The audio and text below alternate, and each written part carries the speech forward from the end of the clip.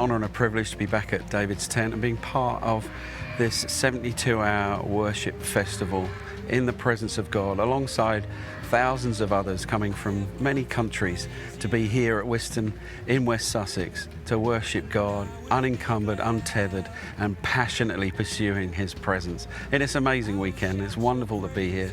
I love this because it's something that God gave me a vision for when I was just a young man. I was reading Amos 9 and Acts 15, and God really spoke to me then about something that I've passionately pursued all of my life. And He says there, I will return and rebuild the fallen tent of David, or David's tabernacle. I'll restore its ruins so that all mankind will seek me, will seek the Lord. And I believe things like this are changing the atmosphere and creating such an environment of God's love and presence in His people that will attract and draw others to Him. And God said He's going to do it again. He didn't say He's going to restore the tabernacle of Moses. He didn't say He was going to come and restore the temple of Solomon. God said, I'm going to return and rebuild the tabernacle of David. There's something so special about David's tabernacle, and I believe this is so significant. It's such an important message for now, that we worship one in spirit and purpose, to draw people to Him, to an encounter with Him that will change their lives forever. Because transformed people will transform the world. We're here to have a place of influence. We're here to bring hope. We're here to bring joy. We're here to release the power of God through our lives.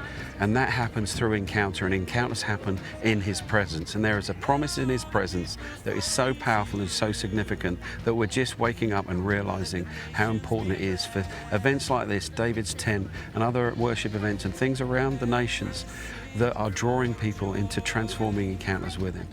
And I believe we as a people of God need to see again how important it is to camp around His presence, to linger in His presence, because in His presence is the fullness of joy. In His presence is the power to heal. In His presence is healing, salvation, because His presence is His face, and God said, I will not hide my face from my people anymore. There is no separation between us and God because of what Jesus achieved and accomplished on the cross. The horror of the cross brought us into intimacy with God, and we come to places like this so God can see into us, into me, see into my heart, see who I am, tell me who I am, renew my identity, restore me, recalibrate my thinking.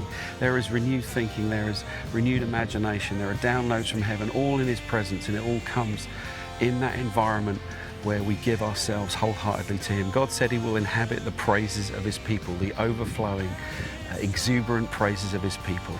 I love this. I've spent my life pursuing this, and to see this tent on this field with these worshippers filling this house just fills me with so much joy and so much excitement. This thing that God placed in my heart, this is just part of what God said He would do again. And it's an opportunity for all of us to engage with who He is and with who He says we are.